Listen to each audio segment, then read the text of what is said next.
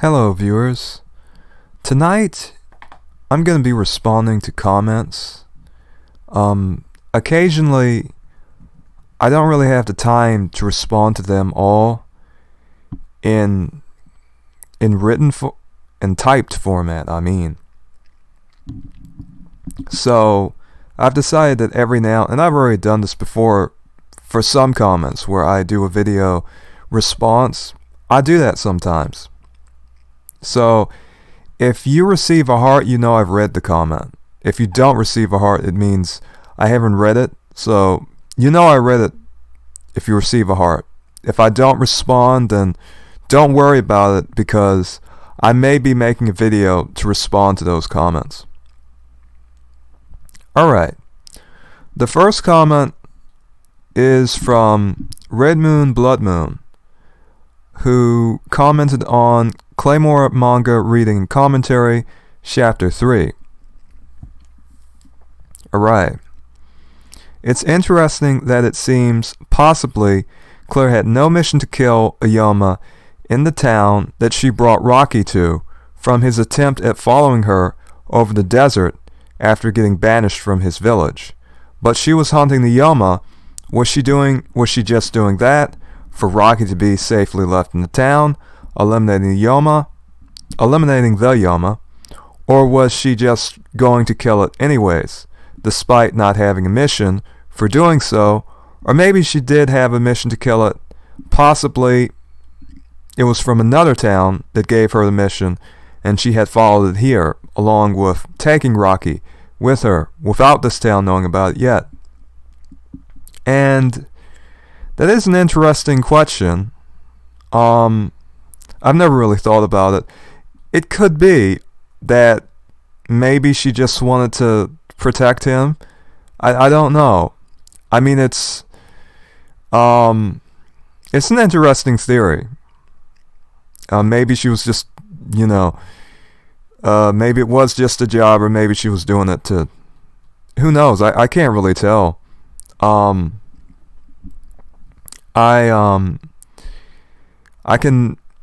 It was very hard for me to sort of understand that relationship early on in the story, because there's a lot of ambivalence that Claire shows towards Rocky, and you can't really, I don't know, it's just very hard. It was very hard for me to even speculate about it at the time. It was very unclear. But maybe so. Maybe that is what the author was trying to convey. Perhaps so. So, Claymores get or can request some money from their handlers. So Claire spent what money she had on Rocky's inn fee and its food for him. And while Claire eats the least of all the Claymores, whom already don't need to eat as much or as often as do humans, it's possible that she happened to be hungry at this moment, hence using the cook excuse for letting him come along with her until the next town. After she saves him from the Yoma, as she can kill some game or an animal and have Rocky cook it for her as food, as a replacement of her using her money for some food, as it had to be spent on Rocky already. And that makes sense, and that seems very practical. That's a very interesting point too, because that would be a very pragmatic decision that would sort of be in keeping with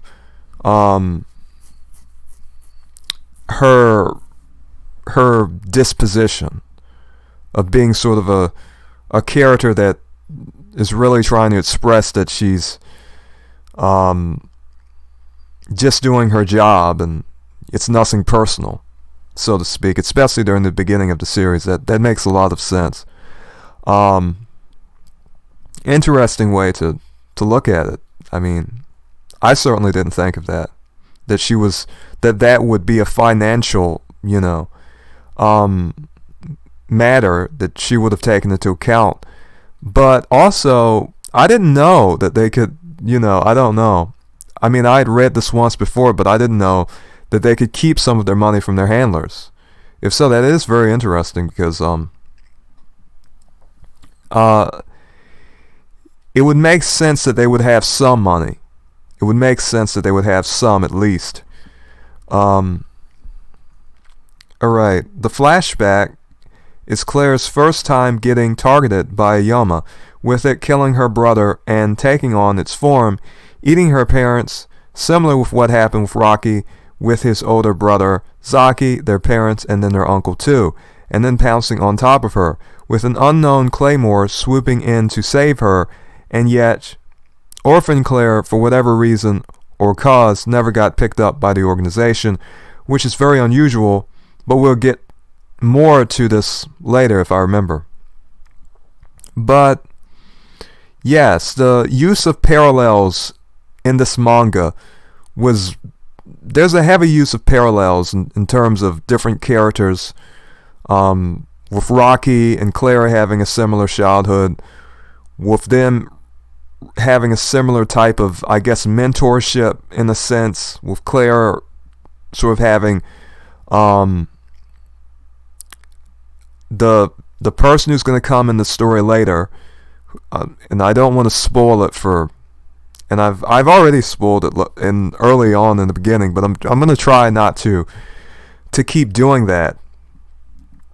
But Claire's mentor as well, who sort of inspires her to become a Claymore, and the relationship between Rocky and her is very, a big parallel there,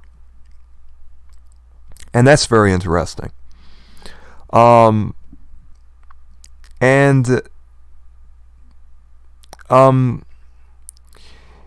think it could have been expanded upon to an extent, but maybe it was sufficient. Because there were a lot of parallels between those stories. But in a sense, I think they almost became repetitive. But I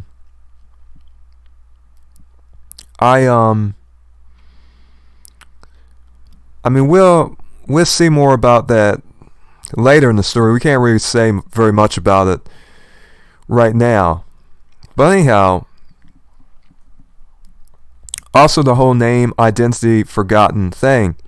That's a human social connection. Yoma are never shown with the need of socialization at all. Claire is reaching out to see if any human will reach out their hand and accept her as human, which Rocky is doing for her, as despite how well the organization seemingly erases their Claymore's identity, we will see that is never the case at all, as the organization is forgetting something very fundamental. The very nature of a Claymore is to hold on to their humanity, and it's not merely the organization's brainwashing and conditioning of them either. The Claymores themselves, in their hearts, cling to this idea, as it's what truly makes them Claymores, humans over being Yomas.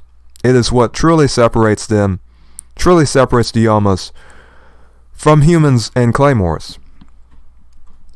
Which, the whole concept of humanity as it's reviewed in sci-fi and manga is one of the reasons why I'm reviewing a lot of the narrative implications of different types of manga, different stories and video games. It seems as though this question of how human can one be if they don't have a human body is being asked a lot. Even in Fallout 4 it was asked, with the whole synth idea. This is a bit different because it has more to do with mixed blood and mixed body parts, and with basically having mutated flesh sort of surgically implanted into you. But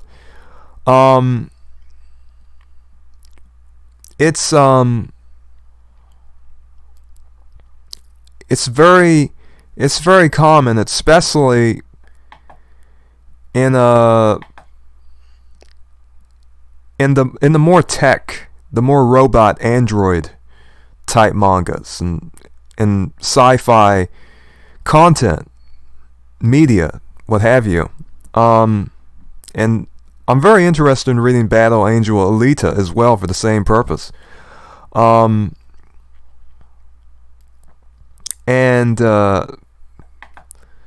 this isn't the only manga I've read where you have the humans who are basically tapping into some strange well of power and alien type abilities in flesh and transformation, so to speak, to sort of control it and at the same time sort of be human as well. And most of what I want to talk about is going to be later on in the series when we see the bigger creatures that, the sort of transformations that come of this. And I'm not going to say the name because I don't want to spoil too much for people. I've said the name before in earlier episodes, I believe, in comments, but for those people who are first sort of maybe this is the first time they're reading this or seeing this or hearing it, the Claymore series. I certainly, I'm going to try to spoil less, but most of what I want to talk about is going to come a lot later. Things are somewhat slow in the beginning, but the implications I want to talk about are exactly that, having to do with the humanity of the characters and this idea that you can be human and at the same time have alien type mutant flesh in you. It's a concept that has been done quite a lot, and it's very interesting to me. Alright, second comment from Red Moon Blood Moon says, Claymore manga, or rather this is to the Claymore manga reading commentary chapter 4. He says, it never occurred to me to dig deeply into the biological issue. Thanks for jolting this exploration. Yoma have their own unique energy source, Yoki, Yoma, demonic monster energy, which is the energy that their Yoma flesh uses to do whatever it wants to do physically. It doesn't use normal human, real organism energy, mitochondria, using oxygen via ATP, ADP, and or calories from food, but instead uses a unique form of energy, Yoki, which again also acts as their life source as well, and just merely as the energy source for their Yoma flesh, and also for the magical Force Star Wars abilities too. But the difference between Star Wars and other different types of fiction that uses energy, sort of magical, supernatural energy, is that most of the time they don't grow, like the flesh isn't sort of healing and growing. And right now with Claymores, the flesh is just healing. Now, some other things are going to come into play later on in the series in which the flesh is going to grow. There's transformations where they can transform to one form to another form, and there's simply no physical cause for that to happen. In either case, because, and the whole concept of they're able to heal their bodies without eating. Sure, there's energy, but still there has to be. It isn't explained what type of matter is replacing, the injured body parts, or how this is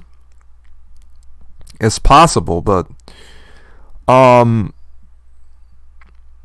especially later on, because it makes absolutely no sense later on. Basically, where we have healing, such as healing of body parts, right now in the series with claymores, which I suppose could make some sense to an extent. You could say somehow the energy is somehow mending the muscles and the bones and the sinews and the veins, and somehow putting them back into place, and somehow it's able to completely heal even though it's been ripped apart, and you have blood that has been lost, blood that has not been replaced. The blood has to come from somewhere. She's still bleeding, so it's almost as though a lot of these substances that are being used to repair her body, it's almost as though they're coming from some other dimension. And I just explain it that way because I don't see how, or rather, some other plane of existence, or it's paraphysical in the sense that there's no physical cause for it. It's almost supernatural. And yes, it is kind of like the Force in Star Wars, but when they got their arm cut off, they weren't growing another one, or they couldn't take the arm and put the arm in place, and the arm would just basically, if they got stabbed, or this energy that was in Star Wars, it was just energy, with the quality sort of electricity, so to speak, but matter, be it solid or liquid. Basically, from what we understand on the physical world, that has to be replaced by more solids and liquids, and we have to eat, and that has to be metabolized, and you need resources in order to heal. But with them, it's almost as though you not only have energy at play, you have this sort of, how should I put it, you almost have this sort of paraphysical wealth of substances that you can draw from and basically repair your body. And there's no cause for that. There's no real explanation for that. It's almost as though, you just got that armor that you were wearing that's useless, that the Yoma just took its hand and just reached in there and just broke right through the armor, broke right through your belly, and just basically tore up the guts and the viscera. The problem I see with that in terms of just realism is that, and it doesn't have to be realistic. I mean, it really doesn't, but for me, because I'm just basically talking and thinking about the implications of this, it doesn't make sense physically.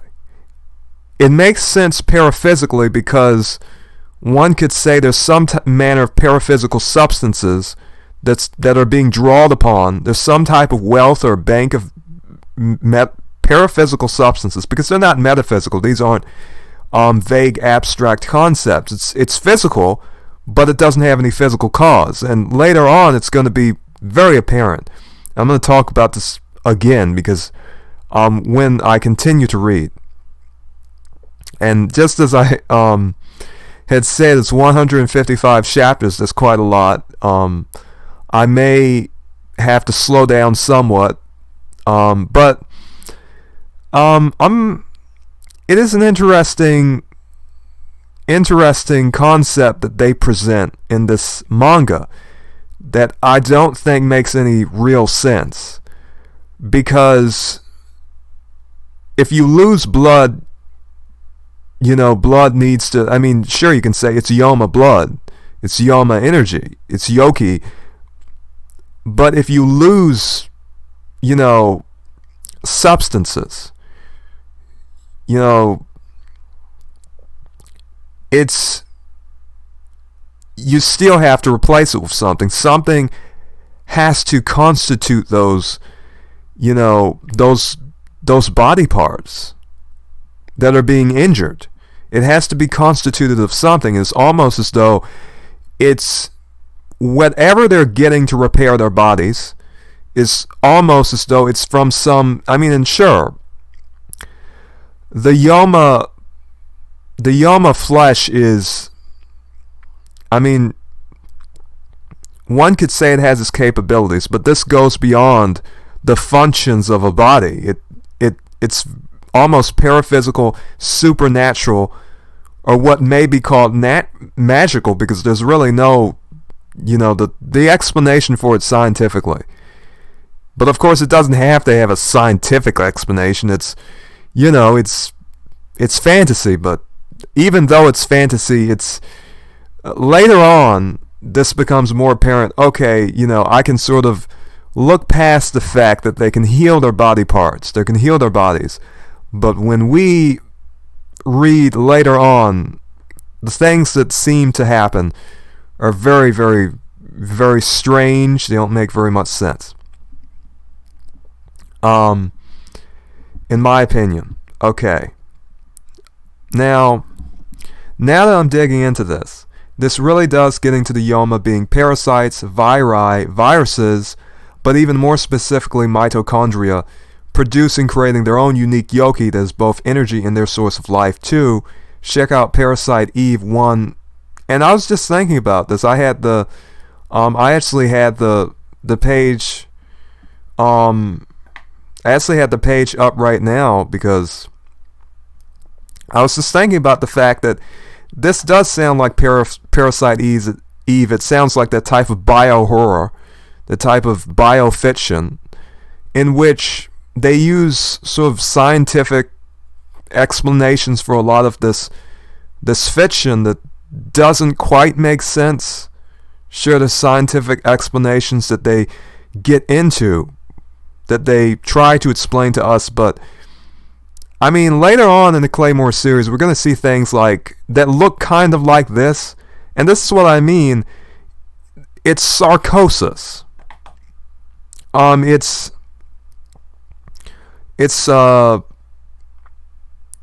I guess on this particular dictionary could be the abnormal formation of flesh.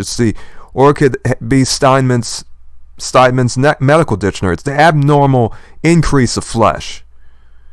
Okay, it's sort of, in a sense, it's kind of like a cancer, like a tumorous growth when it gets to this point. And that, it doesn't quite make sense. It doesn't quite make any sense at all, because obviously, there's energy, such as a type of electrical energy, heat, and so forth, but this, in terms of matter and being solid and being liquid, blood, flesh, meaty substances in such masses, acids, all of these different types of things just being developed seemingly out of nowhere, growth, sarcosis, this growth of flesh. And I know this is a very popular type of fiction, because Parasite Eve wasn't the first to make that popular, but it really did, especially on the PS1. People were pretty amazed by Parasite Eve. It had sort of a similarity to Resident Evil, this whole bio-horror, where the scary thing is not like a ghost or something supernatural, but I mean, this is supernatural in a sense. Many people, they sort of look at something like this, and of course she's flying, but that has a scientific explanation too, apparently. And it's basically, to be honest, I think it's basically all related. It all can be related to magic, because there's no real explanation for it. There isn't. Not physically, not realistically. Regardless of gene theory having to do with genetics, because this is because that too has to do with the question of humanity. What happens if the human genetics are altered to such an extent that the human body is entirely different? Are they still human? But regardless of the theories that may be had, or the sort of ideas that are presented in many of the manga that sort of do this bio-horror, when they go into the matter of sarcosis and healing, where the body is just healing itself, and there's just no substances that you would think. I mean, there's no substances really. The substances that replace the lost blood, the lost viscera, okay, there's no real explanation as to where it comes from. You have to eat to have different substances such as blood, such as, I mean, the veins don't repair, so these substances have to be coming somewhere. So is this energy somehow able to adapt itself into different forms of matter, liquids, solids, blood, actual flesh, and somehow is able to constitute itself perfectly to the design, and which is another matter that gets into matters of philosophy. The idea that the human body and creation itself is so very complex that it needs an artisan, a creator, a demiurge, so to speak.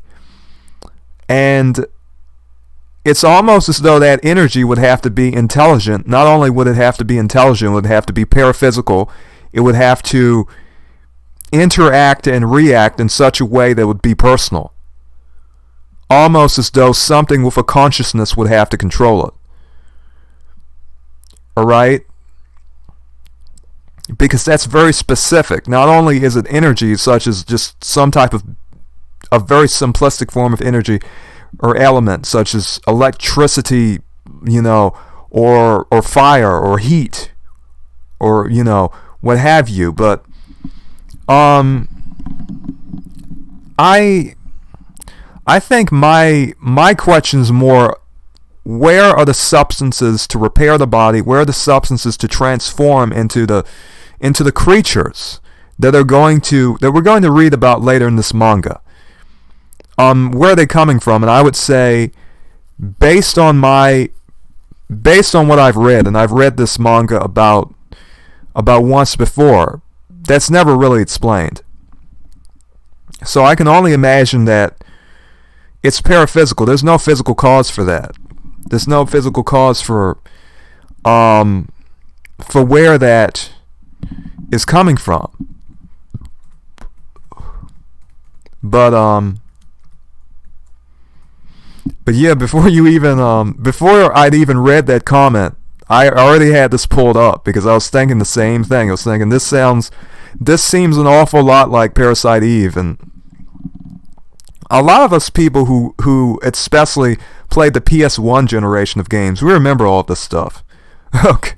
Okay, some of you who may be listening to this, maybe you're younger and you don't remember games like Parasite Eve, but this was really popular. It was a big thing back then, along with Final Fantasy VII. But this one was especially very interesting. The graphics and other things were pretty amazing back then. That was when Square Enix had that 90s money. They were getting they had that 90s money, and they were quite a big deal back then. Not so much now. Although they still do make pretty very interesting narratives and good graphics and all of this. Anyhow, this is a word that many people don't really know about. Paraphysical, resembling physical phenomena, but without recognizable physical cause. But this is a very pertinent word in regard to this, in my opinion, in regard to this whole idea of sarcosis that happens in Claymore, because flesh is going to grow. Flesh is going to be, there's going to be so much flesh in this Claymore manga, and for those who are not prepared for that, I'm just telling you, there's going to be quite a lot of it. It's going to get it most certainly will get nasty, but it's paraphysical. There's no physical cause for some of the things that we're going to see, the transformations. You can say it's energy, and there's energy involved, but at the same time there's materialization, there's solidity, and there's sort of specificities and peculiarities in form that are so drastic that it's almost as though it doesn't really make sense. You have to bend the laws of physics. You just do. It's not even necessarily supernatural. It is supernatural because a lot of the things that occur, I mean, healing the body, that makes somewhat more sense. But later on, it will become more apparent that this is somewhat not explained. But in Star Wars, yes, if you had your arm cut off, your arm was cut off, you couldn't, I mean, there was no way you could heal it. But in this, this strains the laws of physics even more than Star Wars. It just doesn't. And Parasite Eve did as well. Sure, in Parasite Eve there were scientific explanations, but it wasn't totally within the realm of science, or at least what we may call natural science. In other words, the science of the world, the earth, having to do with things that are not abstract sort of realities or metaphysical, supernatural, spiritual realities. But this manga does delve into and is influenced by and does have as a component paraphysical, supernatural, and spiritual realities in it. Now, I remember when I had first read it, I thought, this seems very physical. Sure, there's no magical things such as people throwing fireballs and different things, but actually it's even more, it sort of strains reality even more so, in a sense. Even with the whole parasite being called Yoma, the whole flesh of these beings, these Yoma, and where that flesh came from, which will be discussed later on as we read the manga. But I would say this: the whole relation between Yoma, meaning evil spirit in Japanese, and Yoma being used as a narrative device in this manga, that itself relates this to spiritual realities, and there are spiritual realities involved in this manga, and that is also one of the reasons why I wanted to really talk about the implications of Claymore in manga like this, because many people they haven't thought about this. And please do feel free to share your thoughts in the comment forums, because I will always respond either in the video format or written format, but you'll receive a heart to your comments if I've read them. Okay. Because I know these discussions can go on for a long time, and I also have I may have a different email for YouTube work. I just put it that way. I may you can email the email that is on the account, but you can also, I may be changing that email into something that I can set aside for people who want to just email me. And the reason I say that is because sometimes YouTube will delete comments, and if I haven't received your comment and I can't find it, I know sometimes they have help for review as well, and I can go to the comments and basically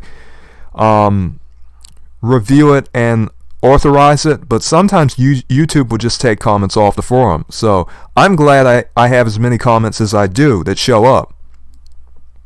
But anyhow, so he's digging into it. This really does get into the... Okay, already read that one. There's both energy and a life source too. Okay, I never realized how much the Yoma and Claymore really do resemble the super evolved original sentient mitochondria in JP New York, or JP and other JP work. Laughs. Yeah. And that is interesting, but I think it gets so complex at a certain level. And I just put it this way, I'm sure there's some type of explanation for a lot of it having to do with energy. okay, with heat and the relation between cells and, different, the structure of the body and how it's able to regrow and so forth. But I mean, for flesh to grow as fast as it does in this manga, and of course the healing stuff is more realistic. When she gets stabbed through her belly, and but there's still some degree of sentience. There's some degree of and of course it makes sense that the Yoma flesh is able to do certain things, but some of the things done later on, especially, I will still say there's something paraphysical, there's something that cannot be explained scientifically. At least by we'll be going into different types of, we will, if it's that complex, if it really is that complex, it's going to cross over not only into the realm of natural science, it's going to cross over into the realm of metaphysics, philosophy even, and of course, that makes sense. This is a fantasy work, so, but it's just the substances that they're being used. They have to come from somewhere. I think they're coming from somehow. They're drawing substances from other dimensions, maybe even energies from other dimensions. But that's just me. I can't really explain it. But later on in the series, it becomes so much more apparent. And if you haven't read the whole series, if you haven't read, many of the type of monster creatures that I'm talking about, we will talk about it later on when we start to see them. It's very strange. It's very interesting. And you'll see exactly what I mean. All right. Unfortunately, the inner workings of this Yoki remain a complete mystery. Claymore just doesn't explore it at all, and exactly how the Yoma flesh in Yoki work, aside from possibly coming from the dragons. But even this supports that the Yoma is the mitochondria that is within the dragon's own cells, and not. And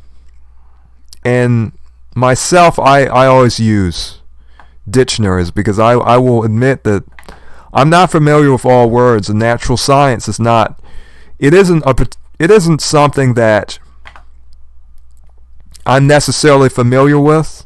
Natural science, I'm more familiar with philosophy, culture, and religion, and history.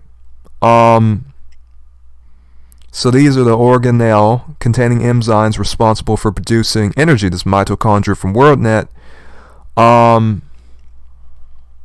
So yes, mitochondria DNA, an extranuclear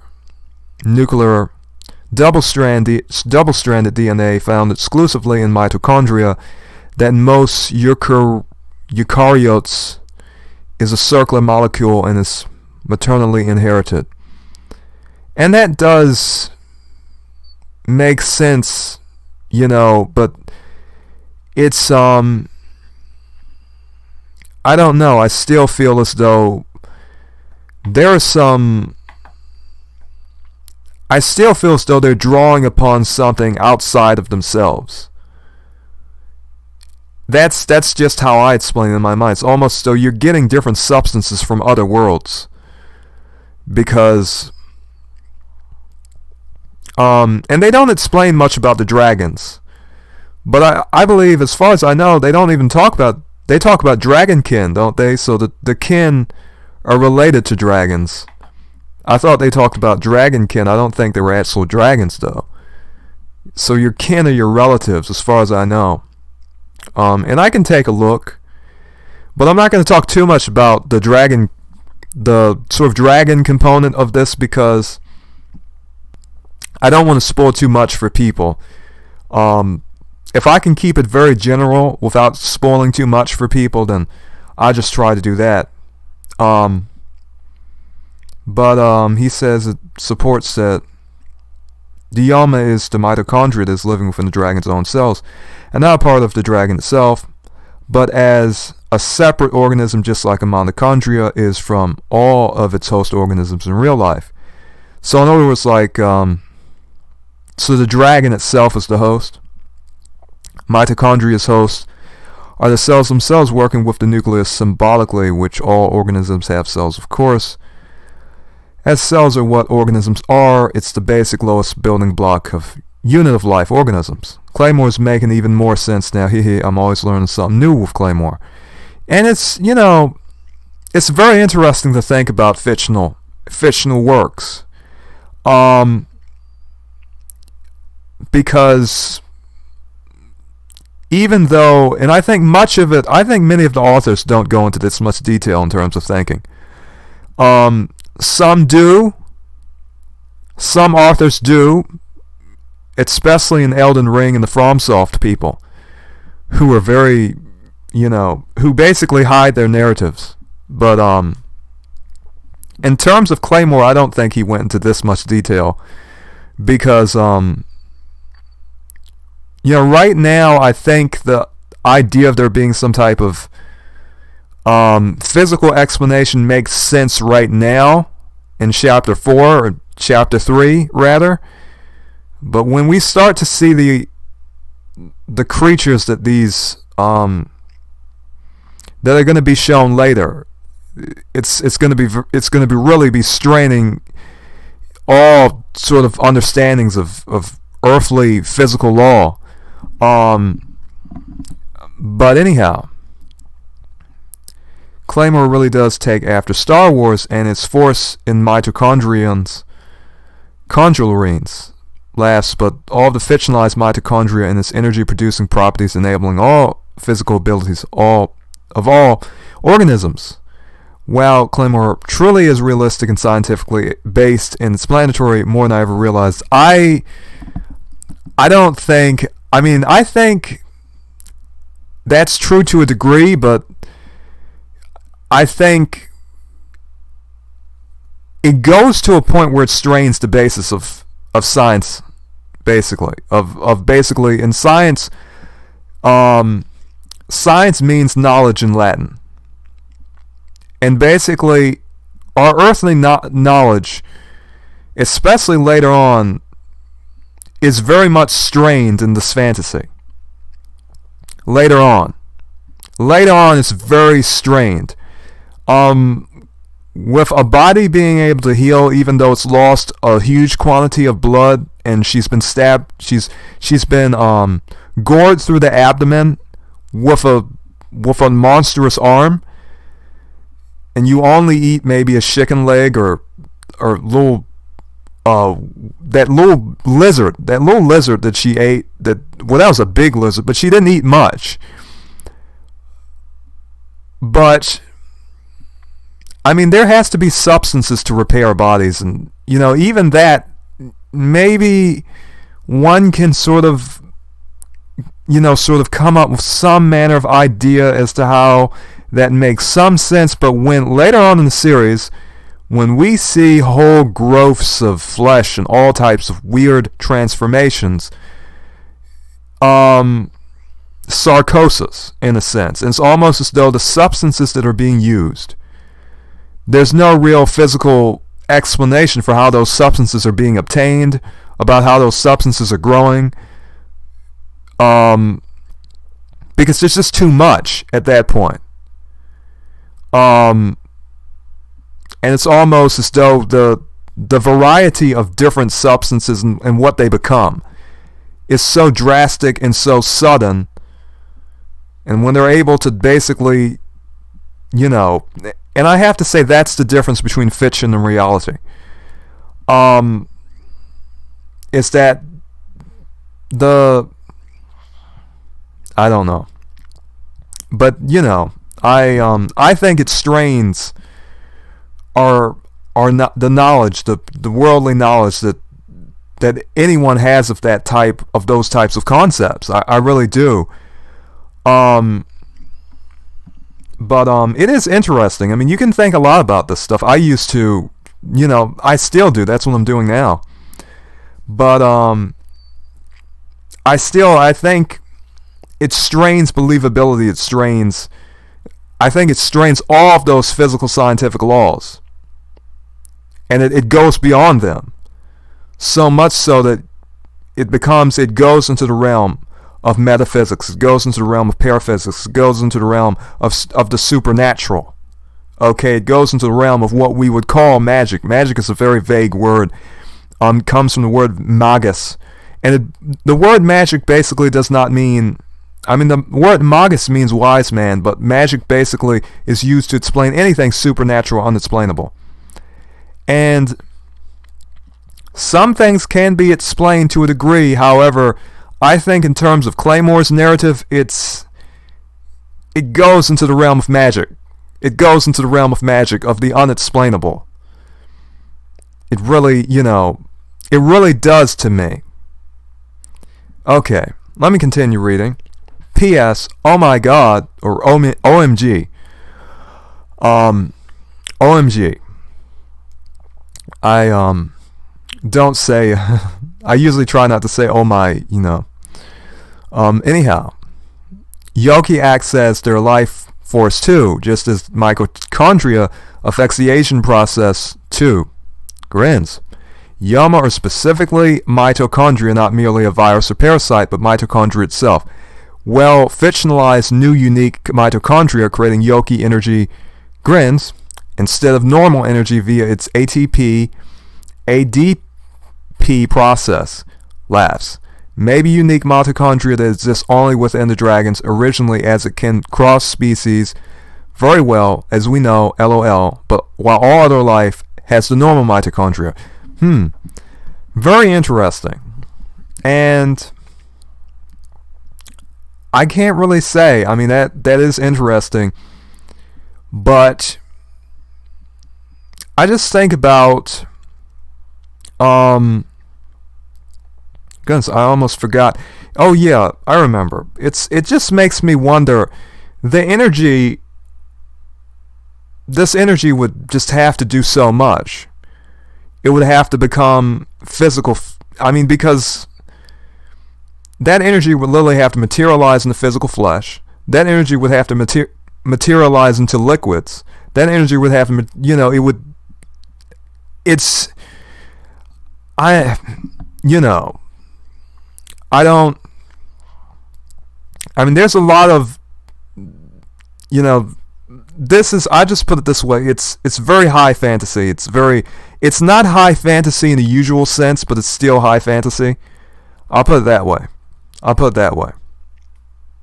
To me, and I know Parasite Eve became very popular, and Parasite Eve sort of promoted some of the theories of Richard Dawkins, and as far as I know who Richard Dawkins is. Goodness, my hands are cold, and so I'm typing a bit slowly. You're Richard Dawkins. I think he was mentioned in this, and he is a very known atheist, and he is a proponent of basically a physical explanation for everything. So, and of course, Japan is a very, in Japan, the religious scene there, although they have Shinto and traditional religions,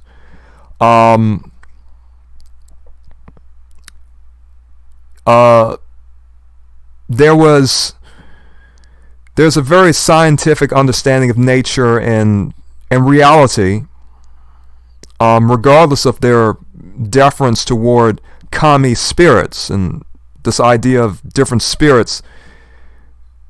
For the most part, atheism and scientific explanations are more or less accepted as being more valid or more acceptable or more understandable to them than philosophical, metaphysical, religious. Well, truth be told, atheism as a set of beliefs is technically a philosophy, technically a worldview, technically a religion. all of these words are synonyms, but nonetheless, that, Parasite Eve did promote Richard Dawkins and his theories. And I'll just put it this way: there is, to some degree, some people think differently. In a sense, some people have the understanding that everything has a physical type of explanation that can be explained with natural science, without the need of a sort of conception of a first cause, of a logos, of a nous, so to speak, a first mind, first being, creator, demiurge, artisan, so to speak. So everything is sort of explained physically by the standards of natural knowledge, of natural physical science. And science means knowledge. That's the Latin. That's all science means. It means knowledge. And so, regardless of whatever many branches of knowledge there are some people who understand everything on a physical basis. But I think in terms of fantasy sort of going as far as it does, even Battle Angel Alita, it does go into the realm of spiritual matters. It goes into the realm of metaphysical matters. It goes into the realm of abstract matters that cannot be explained specifically, because things become so complex where you can't really explain them with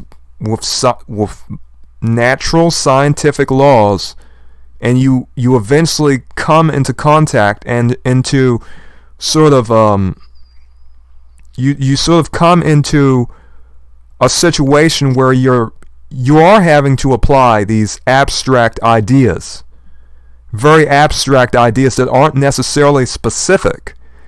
And philosophy deals a lot with that, not so much natural science. But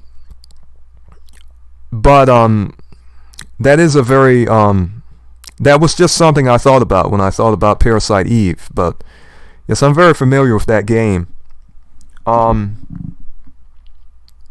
So there's a ton of context going on with the Negate scene, but that's for later. Rubel is doing a checkup of two things: the Holy Yoma punched through her stomach. Luckily, none of her vital organs were in there, as the healing regeneration would mean nothing then, as she would be dead. And I just think about, I guess their vital organs are in different places, or their vital organs have shifted due to their operations. Because I would think if you get punched through the belly, there's basically all vital organs. I imagine if that's the case, and no vital organs were injured or anything of that sort, I would think that their operations would basically have to have some type of effect on the arrangement of their vital organs. I guess somehow they were shifted in some way, because the intestines are vital. Where she got punched in the belly, and it went all the way through her, in a normal human body, there are certainly, those are certainly vital, for metabolism, for digestion, for healing. So I'm going to assume, and this is the only thing I can assume, and I don't know if there's any explanation for the arrangement, or if there's any detail of where things are in the Claymore body, what type of organs, or if the organs were altered, if they have different types of organs, or anything like that. It takes a lot of speculation. It takes so much speculation that I can't really say.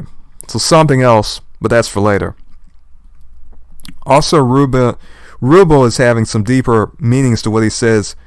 To Claire, he's a very sly fox. There's a lot more being said behind his words and behavior, treatment, mannerisms, etc. towards Claire. But don't worry, there's zero sexuality of any kind taking place during the scene. There is. I mean, with all, and I just have to put it this way: sexuality is subjective. Sexual things are subjective. What one person does not find sexual, another person may find sexual. Okay, and especially if someone's disrobing, okay, that's sexual to some degree to most people. But I know a lot of people think that Claymore had a very good treatment of their female characters, in the sense that they didn't, that there's an explanation behind this, and there's an explanation behind it. It is true, he is looking at her body and he's trying to see if she's injured, but though that's true, it still a very intimate scene. It's very suggestive to the people viewing it, and I'm just admitting it. It's not as though I don't know that media exists that has some type of sexual content in it, and this is his opinion. This is Blood Moon's opinion, which I respect his opinion. He says there's zero sexuality of any kind. I disagree. I think this is sexual to most people, and truth be told, some people won't find it sexual at all. It depends on the individual.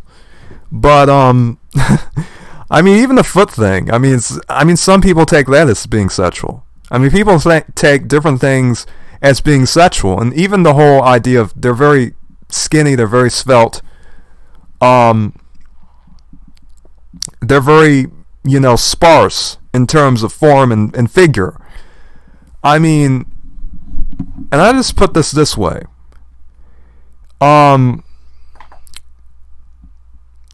Even when Conan was around, it was sexual. I keep talking about Conan the Barbarian, but I mean, it was really one of the, that was when media sort of became a bit more, and I'm not really looking at Arnold Schwarzenegger. I wanted Robert E. Howard's the sort of depiction of Conan there. But I mean, even this was, I misspelled Howard. That's because I'm in a cold room and my hands are kind of cold. I mean, even this is sexual to an extent. I mean, sexuality exists in media. I mean, that's just, as far as I'm concerned, that's just true. People are going to look at things and be sexually aroused by different types of media. It's just, things are always going to have some degree of sexuality in them, in terms of just the form of the human body. Alright? I mean, of course, it's alright to disagree, but it's a subjective matter. But I just put it that way. I mean, some people will take it as being sexual. Blood Moon does not. I respect his opinion. So, but I mean, for some people will say, well, she doesn't look sexual. Her body isn't sexual. She doesn't have as much curvaceveness. Her breasts aren't big. Her butt is not big. She's not buxom. Therefore, but if she was, it would be sexual. I mean, that's how some people think. I'm not saying Blood Moon thinks like that, but there are some people who think like that. But as far as I'm concerned, there could have been a narrative where they didn't include that scene, but I mean, they're including that scene for a reason. The author wanted to include it, and so, and of course, this is not the most sexual scene, in my opinion. This is not, in my opinion, I'm saying subjectively, in my opinion, this isn't the most sexual scene in this manga. The stuff that I want to note and talk about in regard to narrative implications and artistic implications, in terms of sexual things, I mean, and of course, it's just like I said in the video, I said, I even think swords have sexual symbolism. I'm not talking about swords are sexual, as in, for some people, I'm sure there are. For some people, cars are sexual. I mean, some women come up to a man if he's leaning on a nice looking car. That's very sexual to them. It really arouses them. But anyhow, this is all subjective. Some things even have sexual symbolism, but that's a whole nother discussion. So we have when Rubel says what Rocky would think of her body, he's not referring to her female body sexually, and that wasn't what I was saying. But I wasn't saying that. I was but I'm pretty sure I didn't say that I wasn't bringing up that context. The context I was bringing up had to do with the very fact that she disrobed in front of him, and basically, this scene is in the manga. Okay, it's the very fact that scene is in the manga is interesting, and it makes me wonder. I wonder why this author decided to go that far and decide to put the scene in here. It just begs questions. It makes me wonder what the purpose of it is. And I know there's a narrative purpose for it. However, things go beyond narrative function and purpose. And one of the things I'm trying to do with this channel is get people who watch media, who read media, who engage in media, to engage with it even more and to ask different questions. And to really sort of pose different questions about subtext. A subtext of a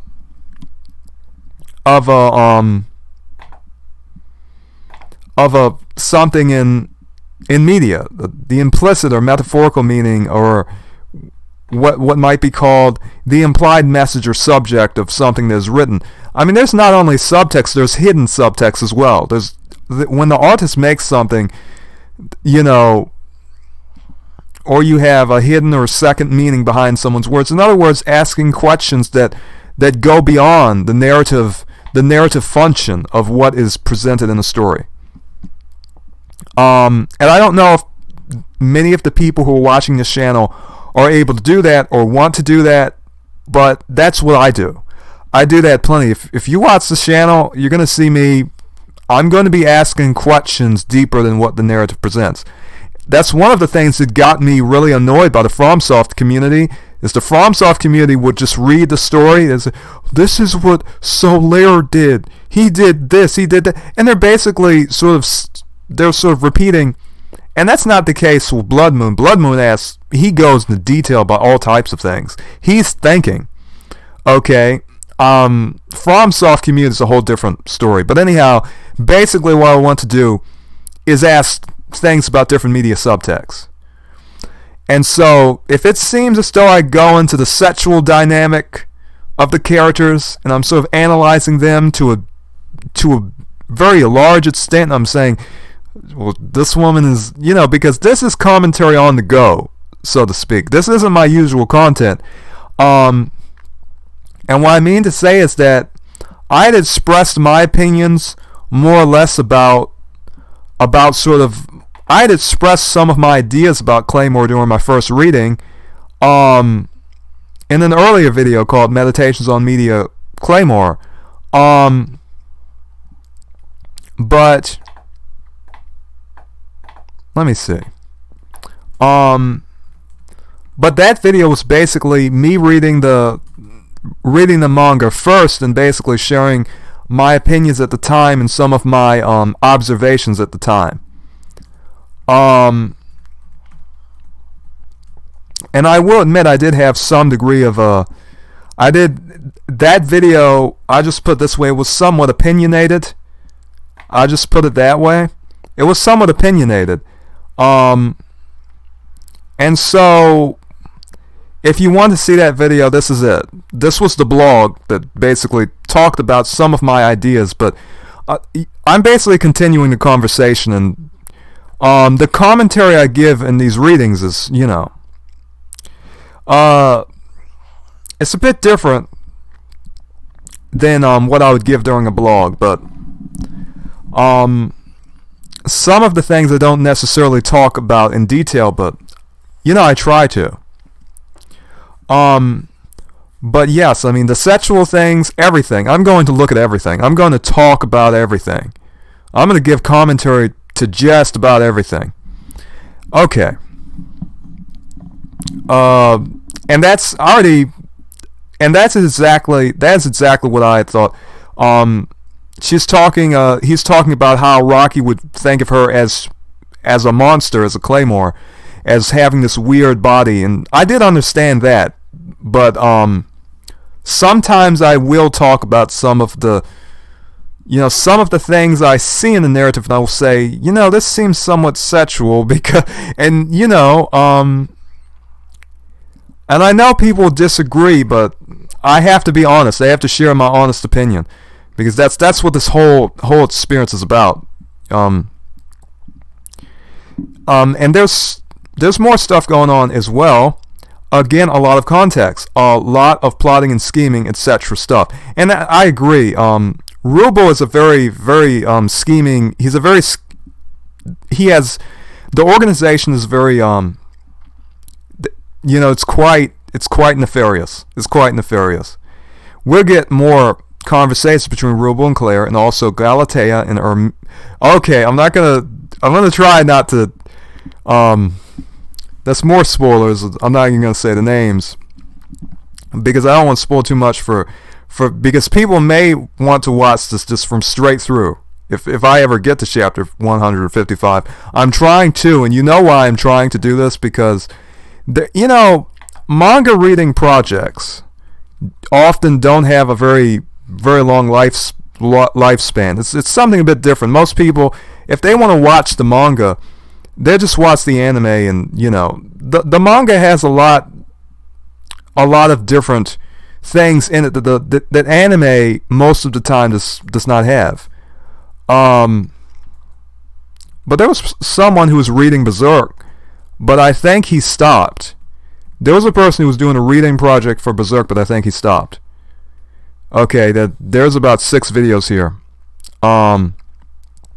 This person, I think he created a few episodes, but I think he read from chapter 1 to chapter 2, and he got a lot of views for it. People were very interested about it, but interesting.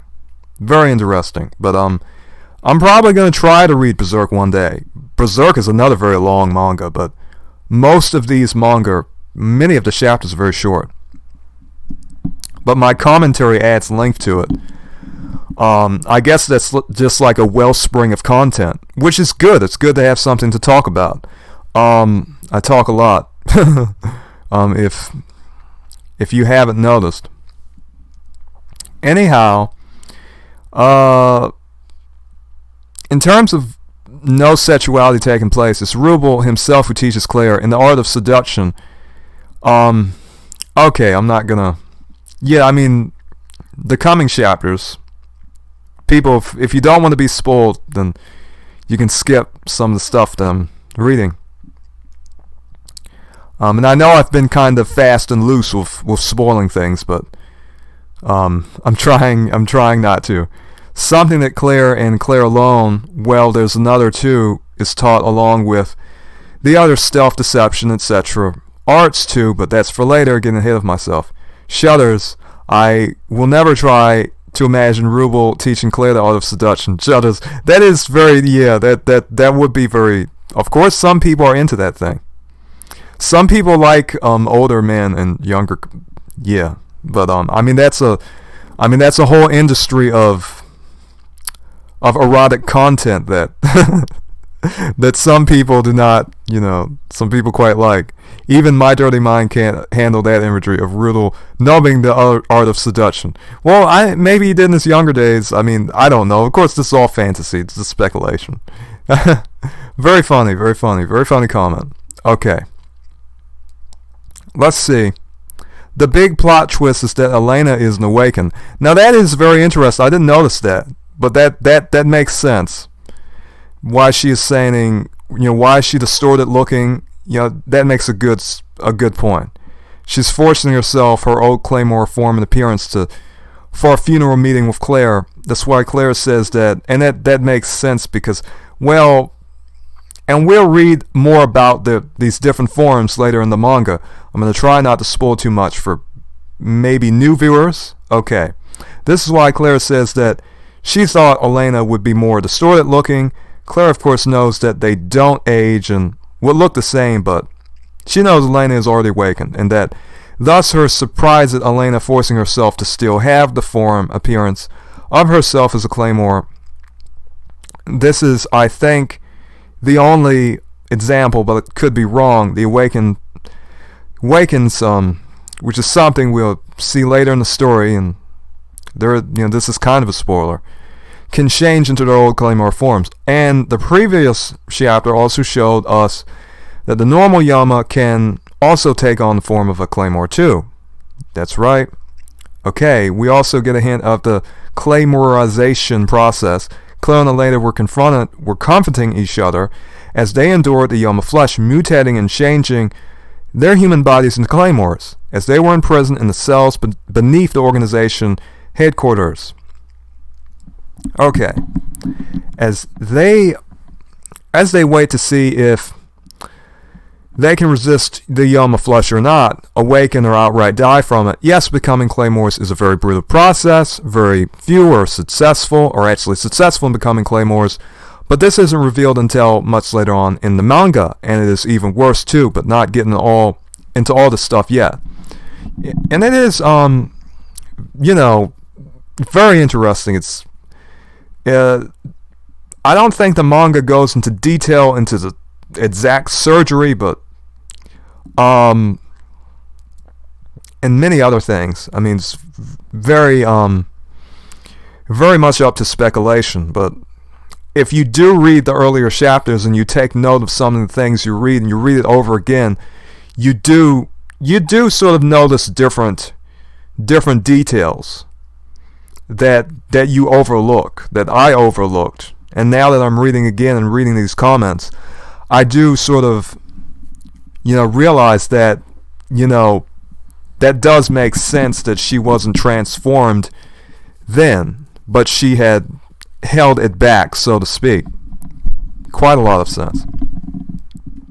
Also, it shows how weak Elena is and how powerful Claire is as well too. As Claire became a rank Claymore before Elena, Elena succumbed already, while Claire is having no issue at all so far, but she will in coming chapters. Which is true, but the very fact that Elena can sort of hold back her sort of propensities to basically attack Claire is, I mean, there's something to be said about that, because in a sense, in the narrative sense, in regard to much of this. Okay, we have Claire's relationship with a dying human heart and with awakened Elena has a lot more context due to Teresa and Priscilla's relationship, I guess. There's a lot of stuff going on with Claire in her mind. Is Elena pretending to want to die like Priscilla, and etc.? It has so much context for Claire than a normal Claymore.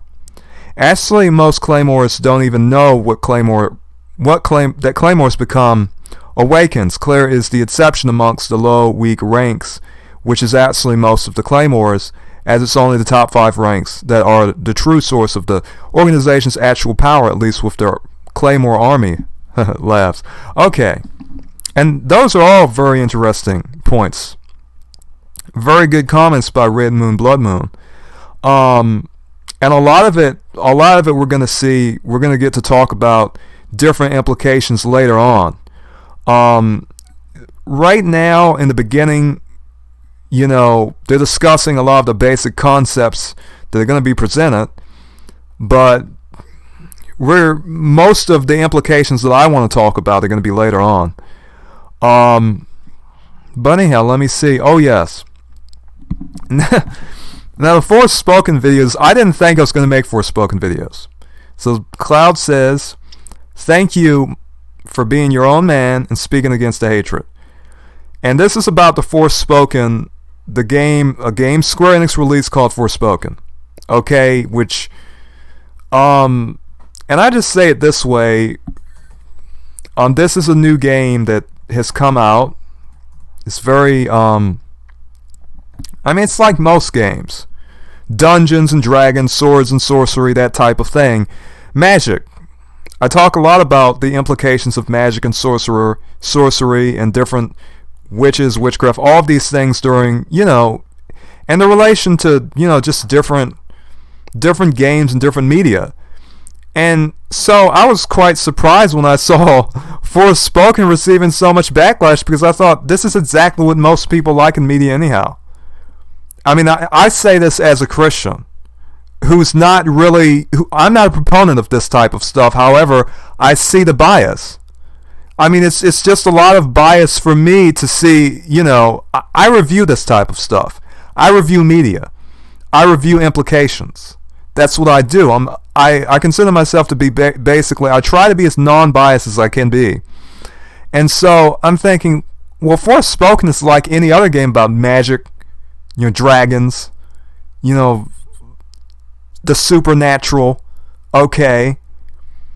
And so when I saw that, I said, I didn't really even have any type of plans to do this video, but I said, I've seen so much, and I went to different channels and saw people literally talking about weird stuff basically racist stuff in the comment sections. I said,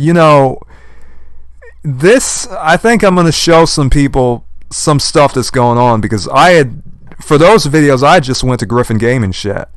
And Griffin Gaming, his chat had a lot, his chat has a lot of weird things going on. I just put it that way. But there's a lot of people, they're kind of, I don't know, they're kind of,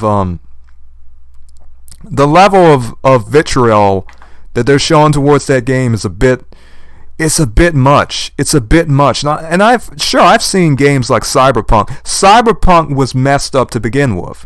Cyberpunk had all types of issues. Forspoken doesn't have that many issues, except for the fact that there's a lot of people, they cannot, Square Enix has always done good graphics and art style. However, not every game company is making games that run at 4K 60 frames per second. I think that's one of the biggest problems.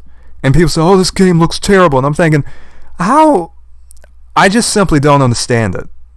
Because I play a lot of games, and a lot of them don't receive complaints. Okay, a lot of them don't receive this many complaints. And I think, in my opinion, there are some YouTubers who do have some degree of racial bias. Just like this person's, he unsubscribed from a lot of YouTubers. Okay? And they're making up bogus, made-up reasons for not liking the game. I have to say, as a person who doesn't play many video games these days and tries not to spend much money on them, I still see that, I still see trends in media. And, that's what the whole video was about, and these videos I made were about. And so I said, Elden Ring is receiving all types of praise when Elden Ring, games like that, not every game is perfect.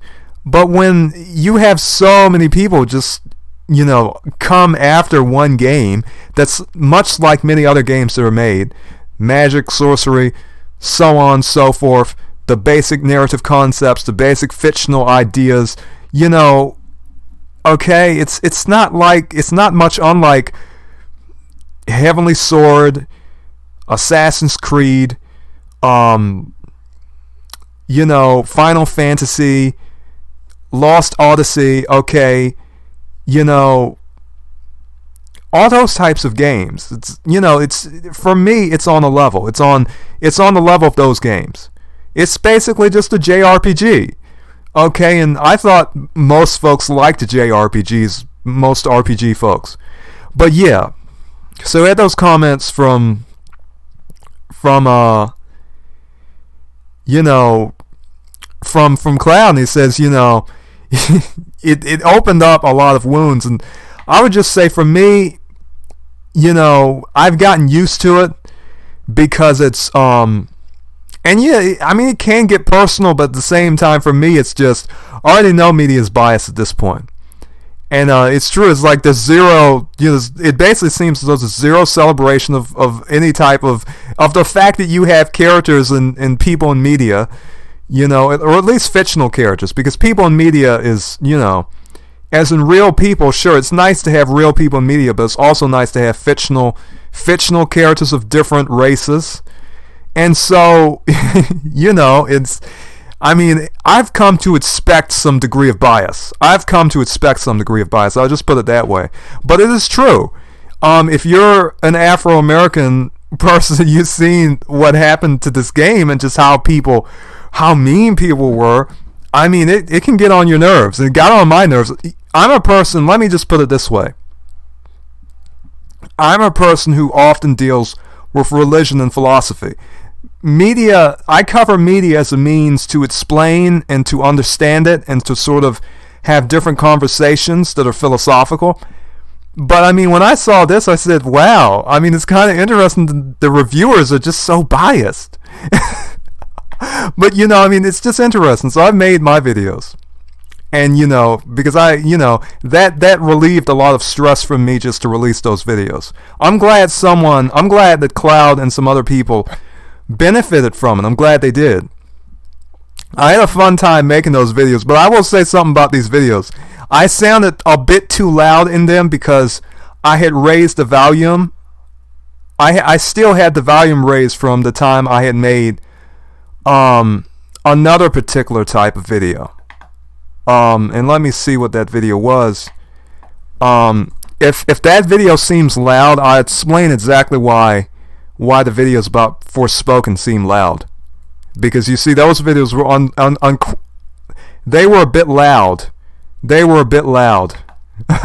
And you're probably wondering, why are those videos so loud? Why is the Forspoken video so loud? That's because, you see, this was a philosophical video.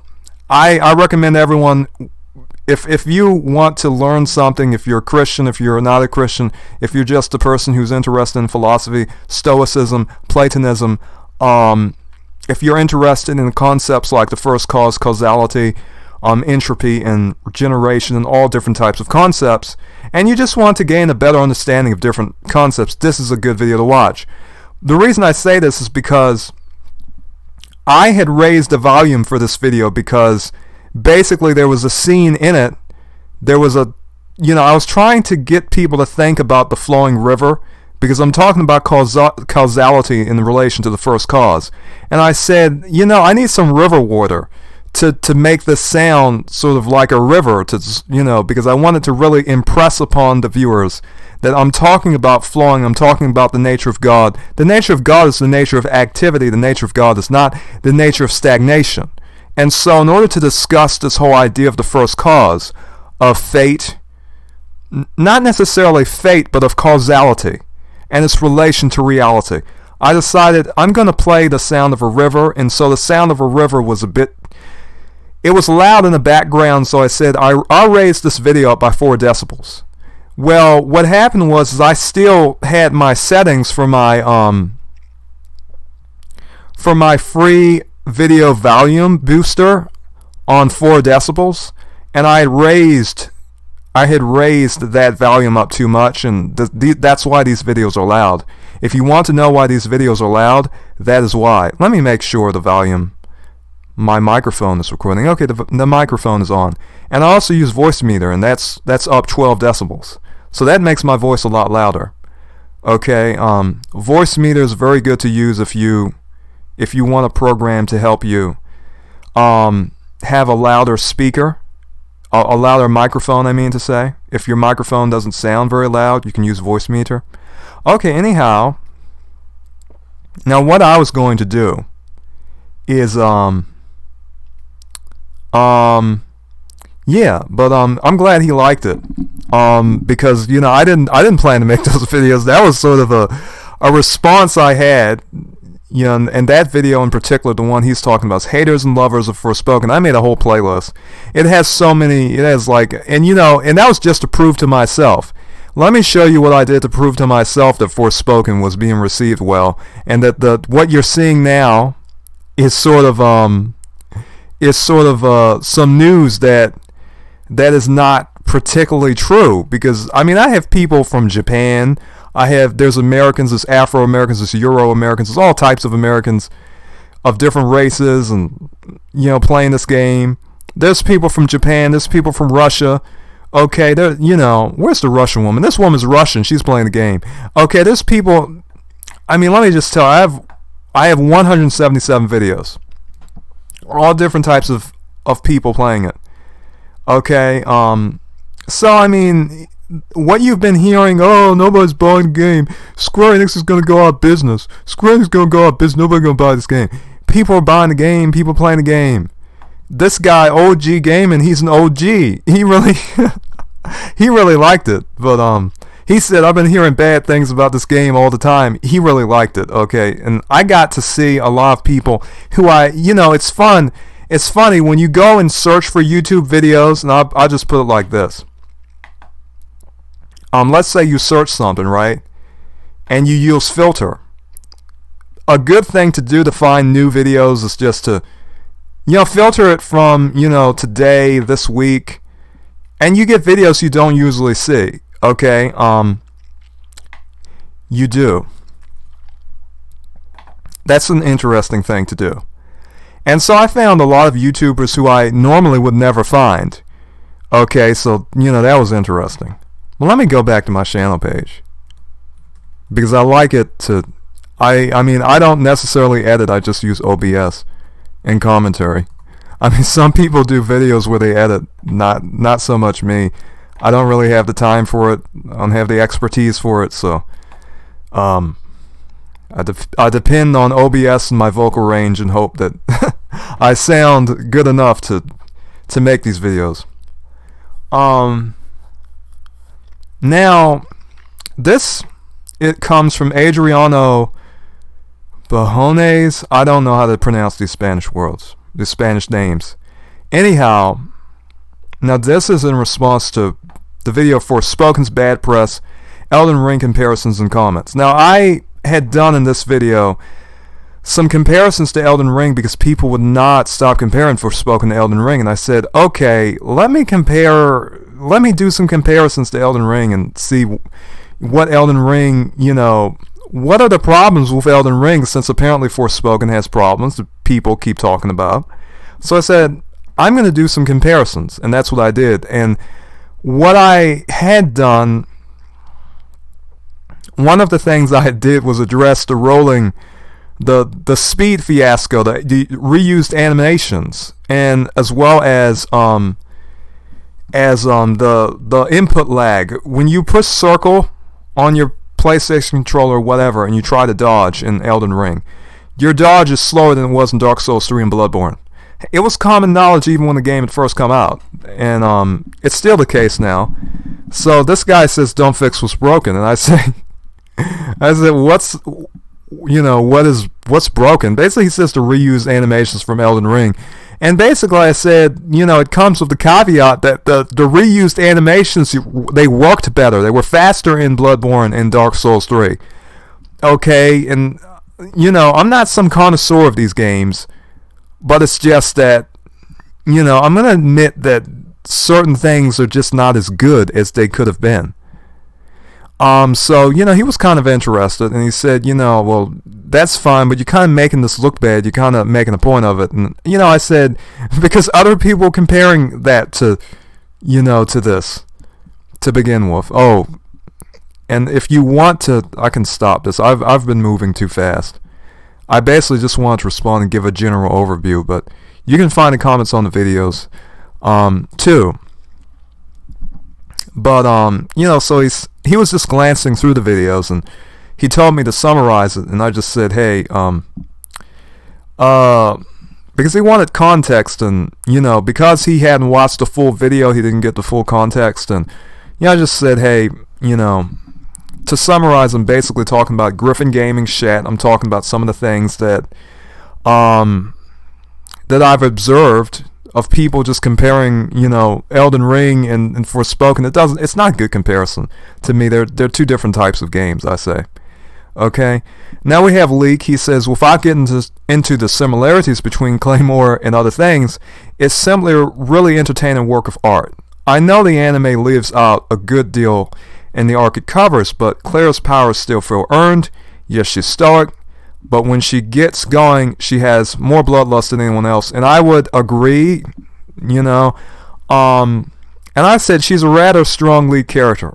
And her personality and development later in the series, it feels satisfying because she becomes more open. And, you know, it's not necessarily stoic, but it's more, you know, her disposition and lightnings for that matter, you know, they were rather constrained or rather restrained in the early part of the series, but they are very emotional people as well. A stoic does not let the difference between stoicism and a person who is who sort of is just, I guess, sort of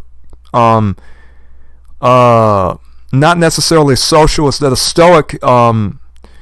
stoic, you know, it's not as though he prevents himself from being emotional. It's that he does not fall into passion. He tries to do things logically, and he bases all things on a conception of right thinking by which the universe has been ordered. So in his mind, he doesn't want his mind to be chaotic, and therefore he accords himself with the logos, with reason, and so he doesn't want to be a passionate person. There's much passion in Claymore. A lot of the fights, they get very angry, they get very emotional. They sort of are not acting reasonably, and they're most certainly in the throes of passion. And so they're not necessarily stoic. I guess stoic is not so much a good word to use. I guess reserved is just like I said, reserved, restrained might be a better sort of socially awkward, socially just reserved might be a better explanation. But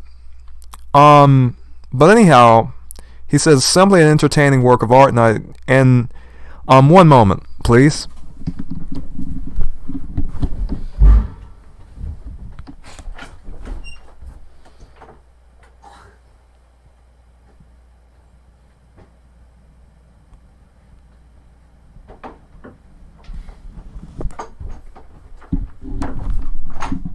Alright, he says it's simply an entertaining work of art.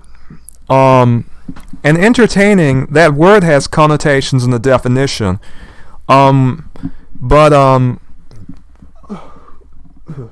Excuse me. Entertain means hold. To entertain means to hold. It's just like, I could say, do not entertain these notions. That means do not hold these notions.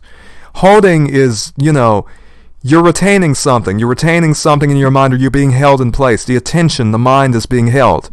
So entertain comes from the Middle French entertainer.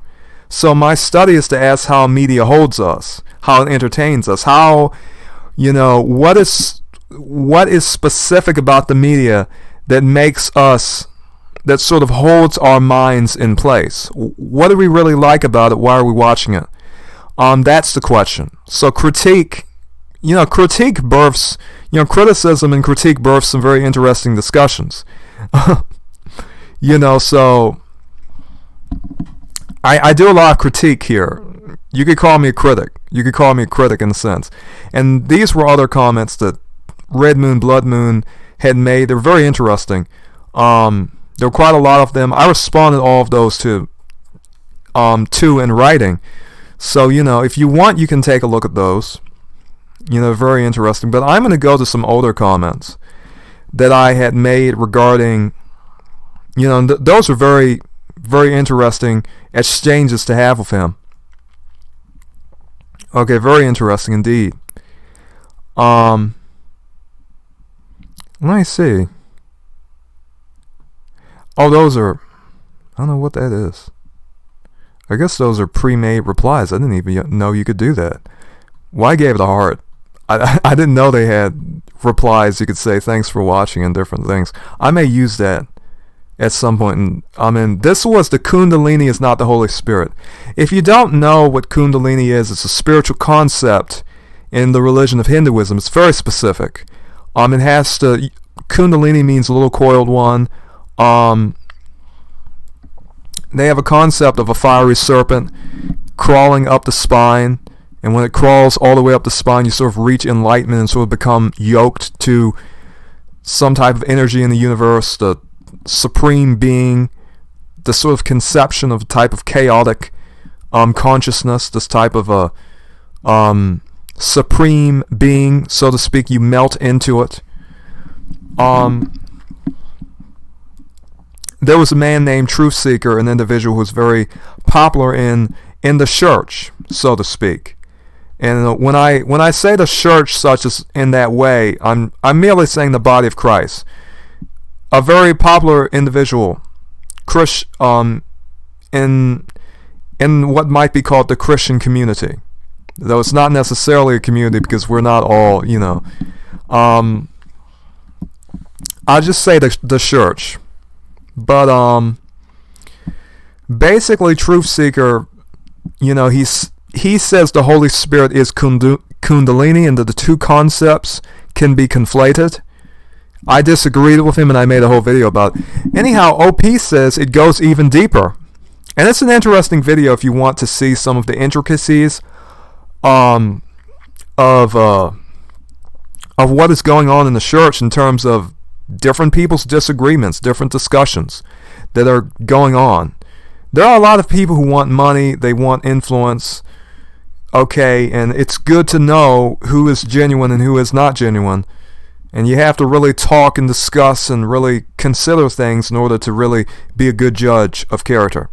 And I think we all are to some extent. When you're dealing with individuals, you want to know, what type of person you're getting involved with. So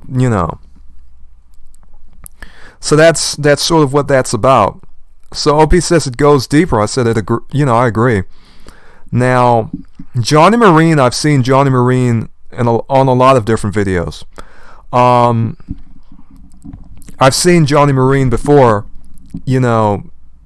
I've seen him years before, but he says, as a mystical experience, Kundalini can be described as self-realization, dissolution of personal boundaries, with a sense of becoming one with other people, with nature, the universe, and God. The center of all creation, Kundalini, is the Holy Spirit. Now, he subscribes to the belief that everything is chaos, everything is one thing, and the differences are a perversion of reality. To put it frankly, I could say more, but that's what he believes.